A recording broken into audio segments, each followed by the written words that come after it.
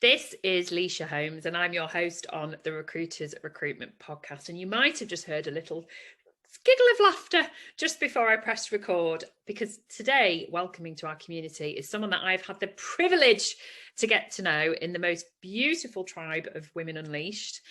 She's somebody that I respect enormously for what she shares across her social media, but just on a personal level, definitely somebody that I think you're going to get a lot of value from today. So to our wonderful community, this is Kate Nudds, and she's an independent learning and development recruiter and career development specialist, and also fellow podcast host. Welcome to you today, Kate. How are you? Thank you very much. Yes, fellow podcast host. I'm very new with my podcast journey, I must admit, but I'm very good. Thank you very much, and thank you for inviting me. Well, you are very welcome. It's been a long time coming, I think. You'll agree. So for those who are not yet familiar with you, they'll be frantically typing it into LinkedIn to see what you do. Tell us a little bit about your journey and how you've gone from being, a generalist recruiter to being quite a specialist niche expert. Sure. So yes, my recruitment journey started when I was 20, so a few years back now. I started as a generalist recruiter, working for a sort of a small localized recruitment consultancy. And then I decided to set up for myself because I thought, well, it looks fairly easy. I can do that. However, running a business and being a recruiter are very different things.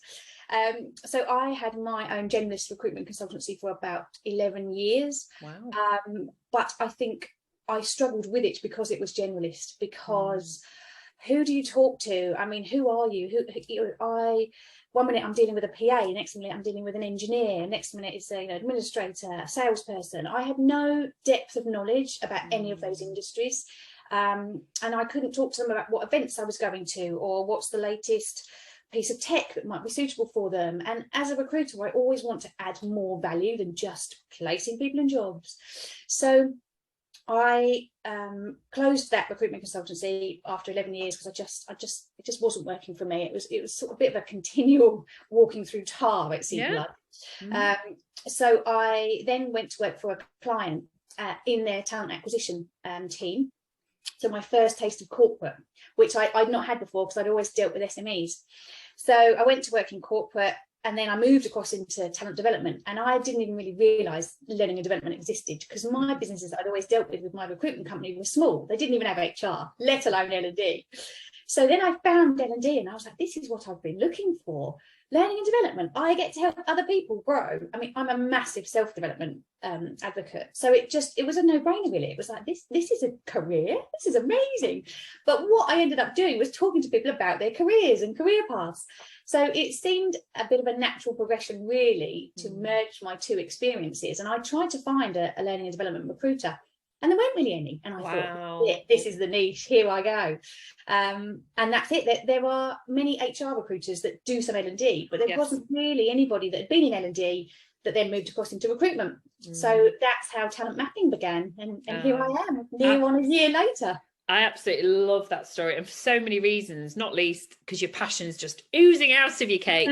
But actually, I think your actual career journey will resonate without a shadow of a doubt with at least one listener, because we tend to recommend, if people are talking about whether to be a generalist or whether to go and work for a niche, always go and work for a niche, because what you tend to find in a generalist sort of environment nowadays, anyway, in the modern world, if you like, is that you become a jack of all and a master of none. And I think it's fine if you work for a business that's generalist, because then you will have the approach of, you're basically fulfilling whatever a client needs. But within that recruitment business should be niche specialists. So you should have one person doing engineering, one person doing HR. So I really want to make that point because, I'm a podcast host, but I am also a rec-to-rec expert. I've been doing it for 20 years.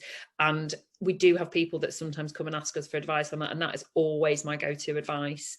You just need to, like Kate says there, you've got these silos of candidates, and in every talent short market, you're never going to add true value. So I'm really pleased that you went on that journey. And L&D, why do you think it resonated with you so much? What is it about the people? Is it because you love to learn yourself? Yeah. I've always been so into growth and trying to make the best of myself as a person, personally and professionally. And in learning and development, we get to help other people through their careers. We get to add so much value with behavioural training and development over a long period of time, and it is one of the most satisfying careers, really. I mean, I thought recruitment was quite satisfying, you know, putting people into roles that they really enjoy or that they've been for. But learning and development is that next step. So you find someone a role, but then you get to see them through their career journey. So that's remarkable. I love it. And if anyone else is getting goosebumps, then that shows that you really truly care about that candidate journey and your client experience as well. Yeah. So in your expert opinion then, what makes an ideal L&D practitioner? What either what skills, what behaviors, what personality type, what background? I do think that you need to be, like I was saying, I think you need to be into your own self-development and growth in order to then be able to help other people, because it needs to light a spark up under you, developing other people. And if you get excited about that, then that's brilliant. You do need to be fairly resilient, because your training's not always going to go well. You know, it is, especially like overnight, I had to become from a face-to-face facilitator to an online facilitator, and it's a completely different experience, and it's different skill sets. And you've got people that don't want to have their camera on, you know, they're not listening, and you know, it's really difficult to engage people. And learning and development is about engaging people and, you know, inspiring them. So it is a very different experience face to face to online. So you do need to have both those skills now, especially because blended learning is pretty much what everybody wants, and what every client asks me for. They always want candidates that have got a blended learning experience. And of course, up until COVID, people didn't have it. Most people were face-to-face facilitators. No, absolutely. So it's been an interesting time. But you need to want to light a spark in other people, and therefore have that spark in yourself. That's what makes it brilliant. I agree. And if I think about my clients who have, I know we're going to come on to this, that they actually have a full-time L&D practitioner in their business, and I've had the privilege of meeting them. They are instantly impactful, they are high energy, they tend to be very positive, self-aware, but like you say, they are people that you can see on their own career journeys have developed and sort of ensured that they've sort of progressed their own learning as well. So I think that's really insightful. While we're talking about this kind of blended approach now, I do want to come on to this with you, because I think it's really important to sort of debate this, I guess. We are in a digital world. We're recording this now on tech. You know, you just talked about having to adapt. Recruiters the world over have had to adapt. Pre-COVID, I met every single candidate first before I went to market with them. Now I can't even imagine that concept. I can't imagine how slow that must have made me, you know, having to get in my car, go meet someone when I can just now speak to them on Teams, FaceTime, WhatsApp video, it doesn't matter. So what do you think is the future for in-person learning and development? Oh, it's hard, because I'm a big advocate for face-to-face. There is so much digital. We do so much digitally, you know, work from answering our emails to watching our own things in the evening, that getting people in a room is where the energy is. And I much preferred being in the room with other people, because the energy is different. It's very flat online, and you just don't get the same interaction, and people don't talk as much because of fear of talking over each other. So that social learning doesn't happen, because you'll do the training, and then you won't have those kind of side conversations and out in the break and getting a coffee, and you know, you go and do your own thing and you've forgotten about what you were listening to. Yeah. Whereas those conversations in the office and after training develop and continue, and I think we lose that a little bit. I agree with you. God, that's got so many layers to it on so many different topics, but let's keep it to L&D. I think you're absolutely right. We were actually talking off camera about you're going to an event.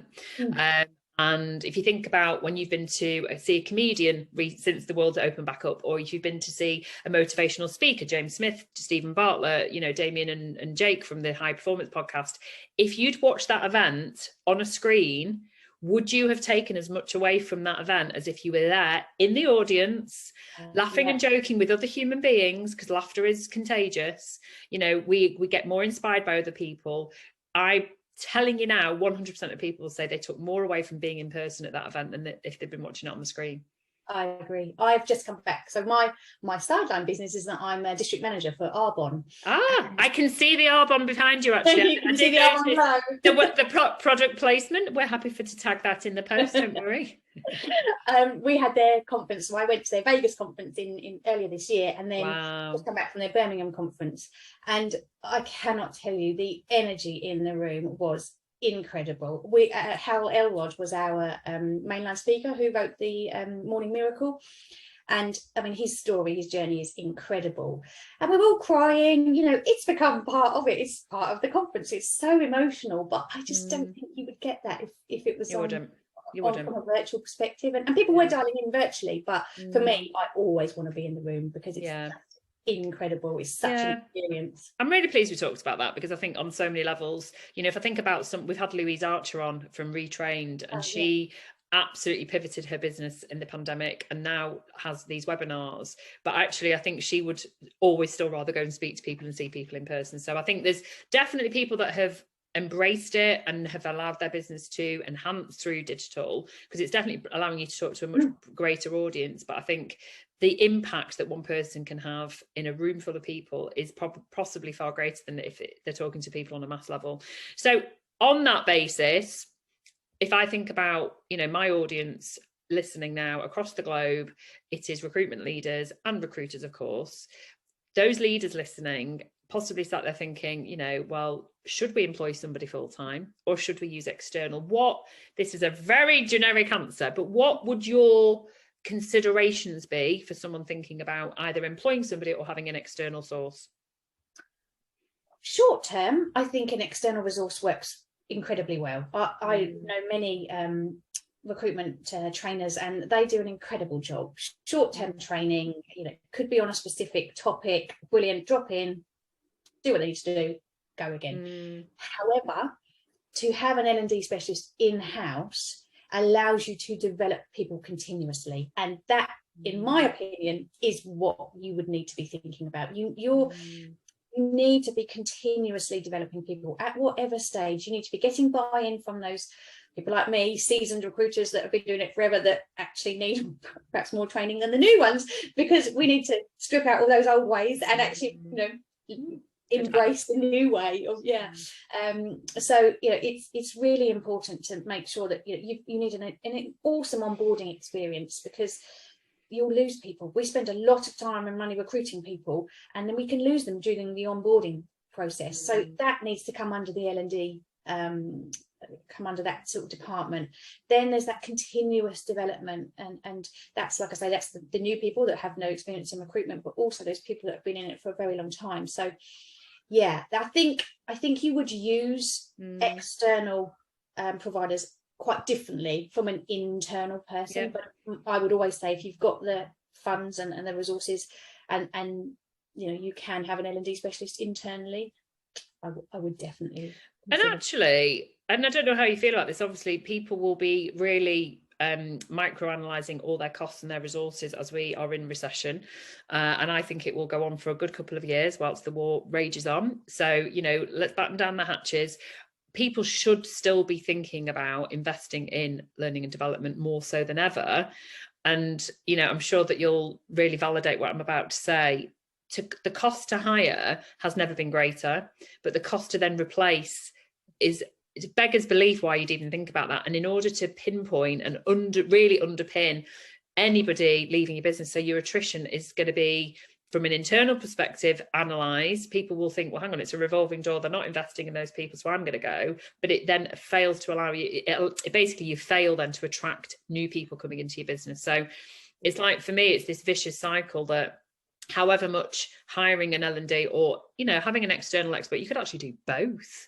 You know, have helicoptering experts in, you know, well-being, helicoptering experts in the tech side or whatever it might be. But actually, please don't see it as a thrifty way to save yourself, I don't know, 40, 50, 60 grand, whatever it might be. Actually, that could be the best investment you make for the next 2 years. What are your thoughts? Absolutely. Yeah, no, absolutely. And it's so important to invest in your people. And that's how you'll keep them engaged. There's only so many times you can increase salary, add new benefits. They work in the short term, but developing people is is key for a business. You need to bring people up. You don't want to be recruiting externally for managers, really, I don't feel, because you want them to have that experience of the business and understand the business and understand the people. So you really need to be developing those people so that you have got, you know, your succession plans in place. And if you're having to constantly recruit, what level are you recruiting at? Why are people leaving? It's potentially because you're not developing them. I mean, I have to say that, and again, this is quite a broad spectrum, but, you know, I've been doing Rec to Rec for 20 years, since 2002, and generally speaking, good people leave companies because they're not being developed. It is as simple as that. They can, you know, smoke screen it as it's poor leadership, it's poor commission, but that's all around development. It's around that person's development, and I think this underpins everything else in running a business. So if you're listening as a leader now and you think that you are